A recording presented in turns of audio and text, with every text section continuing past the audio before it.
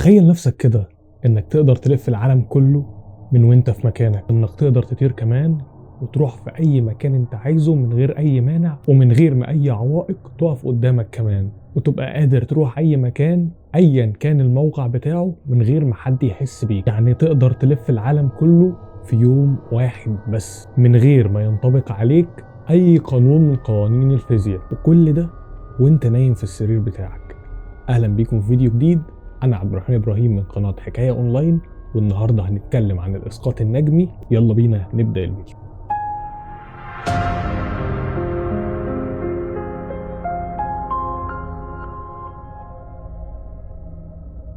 طبعا موضوع الاسقاط النجمي ممكن يكون عند ناس كتير عبارة عن خرافات وتهيؤات وممكن ما تكونش بتصدق فيه كمان، وطبعا في ناس مصدقة لدرجة كبيرة انها ممكن توصل للاسقاط النجمي. مبدئيا لو ما تعرفش الاسقاط النجمي فدي حالة نادرة جدا وعاملة قلق كبير بين الناس. هي ظاهرة من الظواهر الغريبة وتعتبر حالة نادرة جدا من الظواهر الخارقة اللي بيدعي بعض الناس انها بتقدر توصل ليها، وانها بتقدر تطير وتسافر اماكن كتيرة عن اللي هي موجودة فيها في ثواني معدودة، وكمان بيدعوا ان هم ممكن يروحوا لاماكن تانية بره الكوكب، وكل ده من غير اي مجهود ومن غير اي وقت. السؤال هنا بقى، هل الكلام ده فعلا بجد وان في ناس ممكن توصل للمرحلة دي، ولا كل الكلام ده ممكن يكون تهيؤات وهلاوس وادعاءات ملهاش اي اساس من الصحة؟ الموضوع كله بيبقى عبارة عن ان الجسم بيبقى نايم بس العقل بيبقى شغال ونشط ومستوعب كل اللي بيحصل، وكمان بتبقى مسترخي لدرجة كبيرة جدا. تبدأ تسمع أصوات زن أو طنين في ودنك بيبدأ يزيد مع الوقت، وبيبدأ جسمك يبقى خفيف جدا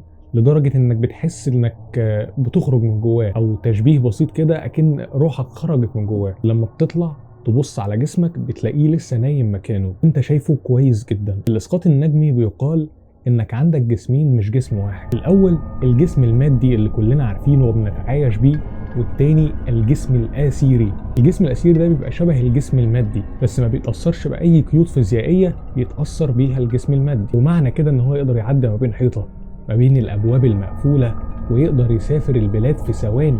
ومش بس كده، ده ممكن يطلع بره الكوكب بتاعنا كمان ويروح لكواكب تانية. لا ومش كده كمان، ده ممكن يطلع بره المجرة. ظاهرة النجم هي مش حاجة جديدة أو لسه معروفة من كام يوم، دي معروفة من آلاف السنين. إن القدماء المصريين كانوا معتقدين إن الروح ممكن تخرج بره الجسم وتشوف العالم كله عن طريق الجسم الأثيري. بص، هو انت لو جيت من الناحية العلمية مش هتلاقي أي حاجة تثبت وجود الإسقاط النجمي، وبرضه مش هتلاقي حاجة تنفيها، بس أي بحث بيتعمل جديد بيتقال فيه إن الحاجات دي بتبقى أوهام، بس أوهام واضحة جدا زي الحقيقة بالظبط. وسنة 1978 طلع واحد وقال أنا عندي قدرات خارقة غير البشر، بقدر اعمل الاسقاط النجمي واروح في اي مكان انا عايزه. طبعا محدش كان مصدقه، كانوا بيقولوا عليه مجنون وان هو بيقول اي كلام وخلاص. ناس قالوا له اثبت لنا بقى اللي انت بتعرف تعمل الاسقاط النجمي، فقال لهم خلاص انا هطلع بره الكوكب خالص واروح كوكب المشتري واجيب لكم معلومات محدش يعرفها. فعلا قدر يجيب لهم معلومات وتفاصيل دقيقة جدا، وصل عددهم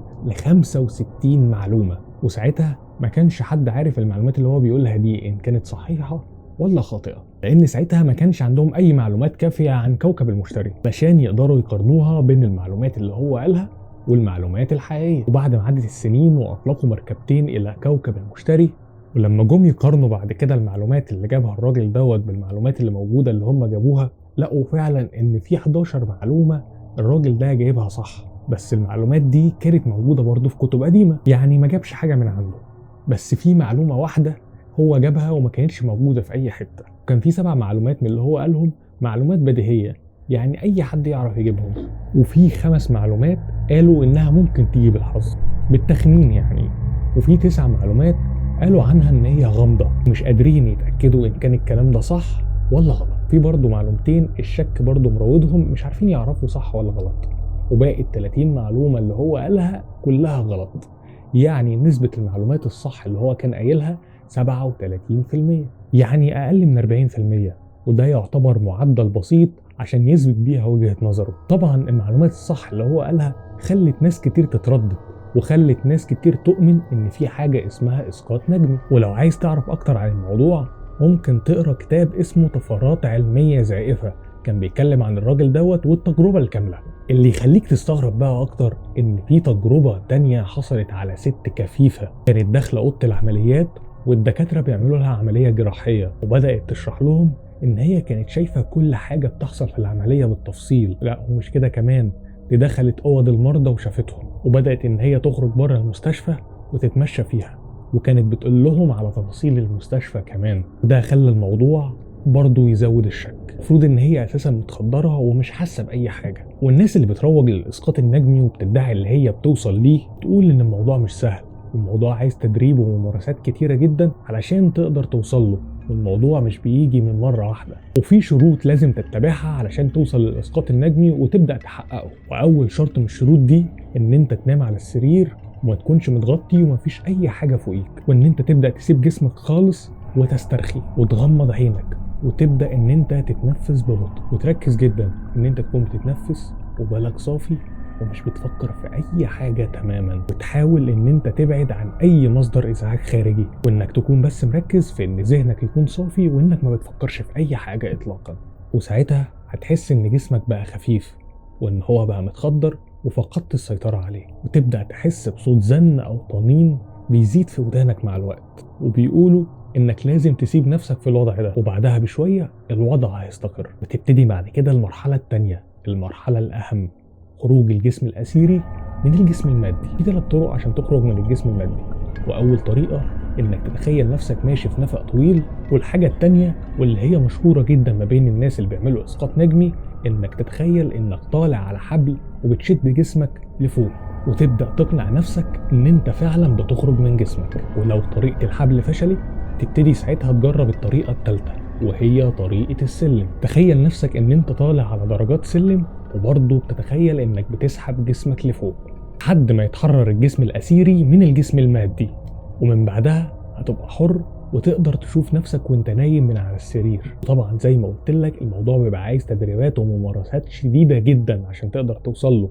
ومش من اول مرة هتقدر توصل له. وفي حال بقى انك كنت بتجرب الاسقاط النجمي وانت خفت وفقدت تركيزك انك تبقى مرتاح وصافي، هيحصل لك حاجة من الاتنين، يا اما هيبوظ منك يا اما هتروح في النوم عادي خالص.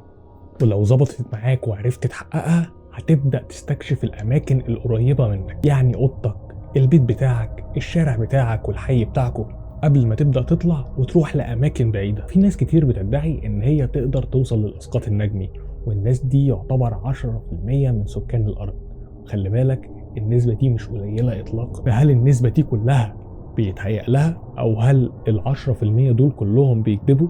فده فعلا يأكد لك ان الموضوع مريب. فراح جابوا حبة من الناس اللي هي بتدعي ان هم بيوصلوا للإسقاط النجمي وبدأوا يعملوا عليهم تجارب وأبحاث. طبعا موضوع الإسقاط النجمي ده اتقال فيه كلام كتير. في نظرية من اللي اتقالت بتقول ان احساس خروج الروح من الجسد ده بيبقى عبارة عن ان في اماكن كتير في الدماغ بيحصل لها تحفيز كهربائي بدرجة عالية. وفي نظرية تانية بتقول ان نسبة كبيرة من اللي بيحصل لهم الإسقاط النجمي ده بيبقى عندهم جفاف. في نظرية تانية بتقول ان الناس دي بتنام مدة كبيرة جدا عن المدة الطبيعية. في ناس لقوا عندهم كدمات في مناطق كتيرة من المخ، وده خلاهم يشكوا ان الناس دي بيحسوا الاحساس ده بسبب الكدمات. وفي الاخر علميا ما قدروش فعلا يوصلوا ان الموضوع دوت بجد، لكن برضو ما قدروش ان هم ينفوه. وكمان ده في باحثين ودكاتره بداوا ياكدوا على موضوع الاسقاط النجمي بس من غير دلائل وبراهين. فده يؤكد ان كل اللي اتقال ده عباره عن نظريات، وانا طبعا مش باكد لك ان في حاجه اسمها اسقاط نجمي او بنفيها، انا بس بنقل لك تجارب وكلام الناس اللي اتقال. لو قابلت حد بيقول لك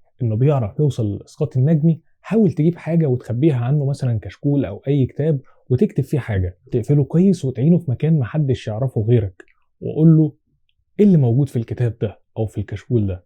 ولو عرف يبقى فعلا في حاجة اسمها إسقاط نجمي، ولو ما عرفش ابقى قول له ده غطى وانت نايم. في النهاية لو عجبك الفيديو ما تنساش اللايك الجميل بتاعك، ولو لسه مش مشترك في القناة اشترك دلوقتي وفعل زر الجرس. سلام عليكم.